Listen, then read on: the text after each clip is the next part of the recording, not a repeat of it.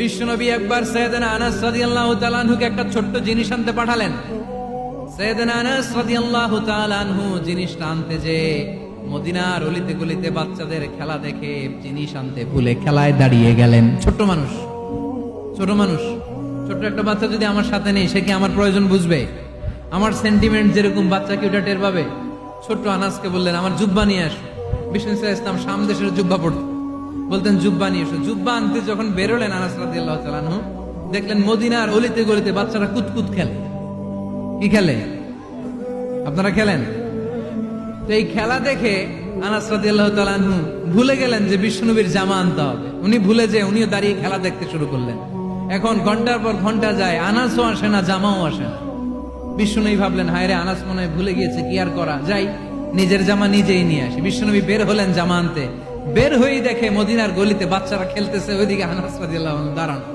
বিষ্ণু ইসলাম কিছু বললেন না, যে উনিও আনাস রাদিয়াল্লাহু তাআলা আনহুর পাশে দাঁড়িয়ে খেলা দেখতে আরম্ভ করলেন। সুবহানাল্লাহ পড়বেন না? সাইয়েদনা আনাস খেলা দেখতে দেখতে হঠাৎ বিশ্বনবীর দিকে চোখ পড়ে গেছে। বিশ্বনবীর চোখের দিকে যখন সাইয়েদনা আনাস রাদিয়াল্লাহু তাআলা আনহুর চোখ পড়ে গেছে, সাইয়েদনা আনাস বলে, আমার কলিজাটা এখান থেকে এদিকে চলে আসছে ভয়ে। কিসে? ভয়ে। উনি বললেন, আমার গলা শুকিয়ে যেতে আরম্ভ করলো, কাঁপতে লাগলাম। আয় হায়, এখন আমার মনে পড়ছে বিশ্বনবীর জামা আনতে পাঠাইছিল, ভুলে গেছে খেলার আবেশে পড়ে।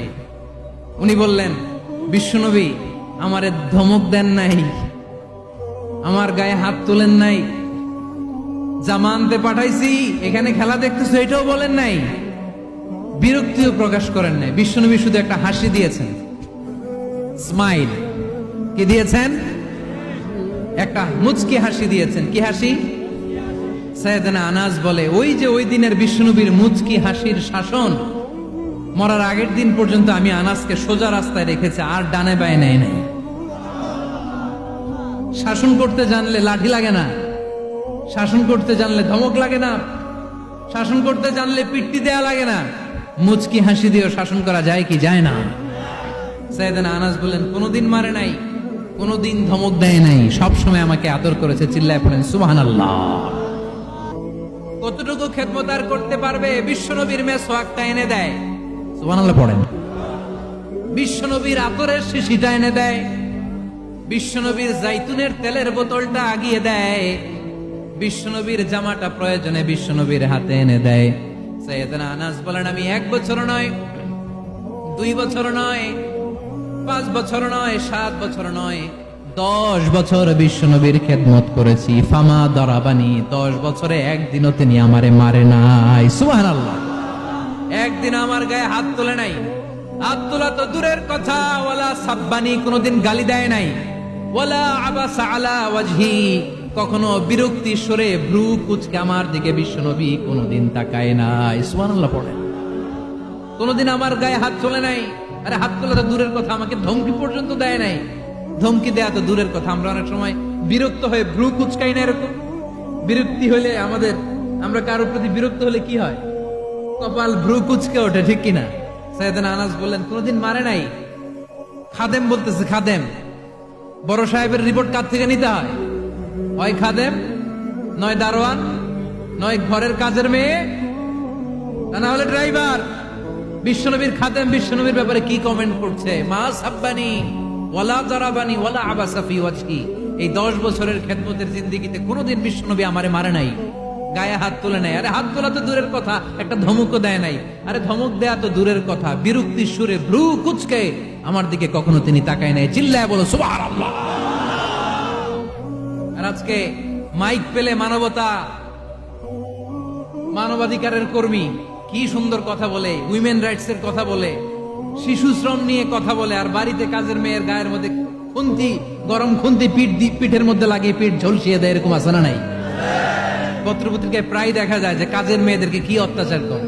খুন্তি গরম করে করে চামড়ার মধ্যে লাগিয়ে স্কিন ঝলসে ফেলেছে, গ্রিলের মধ্যে বেঁধে রেখেছে, সময় মতো খাবার দেয় নাই, পিটিয়ে মাথার চুল কামিয়ে মাথা নেড়া করে দিয়েছে। এরকম আছে না নাই? এরা মানবাধিকারের ঠিকাদার, এরা মানবাধিকারের কথা বলে। আর বিশ্বনবী সাল্লাল্লাহু আলাইহি ওয়াসাল্লামের খাদেম বিশ্বনবীর ব্যাপারে বলেছে, কোনোদিন মায়ের তো দূরের কথা, হাত তোলা তো দূরের কথা, আরে ধমক দেওয়া তো দূরের কথা, বিরক্তির চেহারা নিয়েও কোনোদিন বিশ্বনবী আমার দিকে তাকায় নাই, চিল্লায় পড়েন সুবহানাল্লাহ। এজন্য সব সময় বিষ্ণু ঈসা ইসলাম শ্রমিকদেরকে ভালোবাসতেন। শ্রমিক কোনো লজ্জা নাই, লজ্জা হচ্ছে অলসতায়। আজ থেকে এই মাহফিল, এই এত বড় আয়োজন, এত বড় গ্যাদারিং তখনই সার্থক হবে যখন আমরা এই সিদ্ধান্তে আসতে পারবো যে আমরা অলস সময় কাটাবো না, আমরা আমাদের এই সময়গুলোকে প্রোডাক্টিভ ওয়েতে কাজে লাগাবো, কোনো না কোনো কাজের সাথে জড়িত হব। Never under estimate any job, whether it's big or small, বড় হোক বা ছোট হোক, কোনো কাজকে আমরা ছোট করে দেখবো না। যে কোনো কাজ করো না ভাই, যে কোনো কাজ করো তা যেন হয় সবার চেয়ে সবচেয়ে সুন্দর। আমাদের অবসর সময়গুলোকে কাজে লাগানোর দরকার আছে না নাই?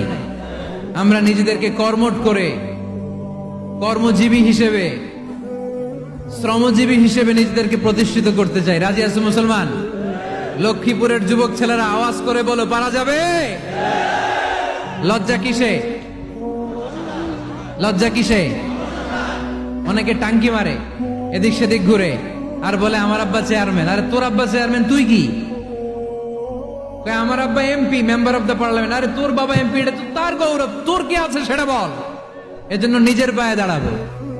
অলসতার সাথে আমাদের কোনো সম্পর্ক। আজকের এই মাহফিল থেকে আমরা অলসতা, অকর্মণ্যতাকে নো বলে দিলাম। অলসতাকে আমরা কি বললাম? আরো জোরে বলতে হবে, অলসতাকে কি বলবো? আর সব সময় কর্মঠ থাকবো, এনার্জেটিক থাকবো, নিজের পায়ে দাঁড়াবো, আইডিয়া জেনারেট করব, এন্টারপ্রেনার হওয়ার চেষ্টা করব, নতুন নতুন উদ্যোক্তা হওয়ার মাধ্যমে আমরা আমাদের নিজেদের ভাগ্য পরিবর্তনের চেষ্টা করব। কারণ আল্লাহ বলেছেন, ইন্নাল্লাহা লা ইউগাইয়িরু মা বিকাওমিন হাত্তা ইউগাইয়িরু মা বিআনফুসিহিম। আল্লাহ তাআলা তত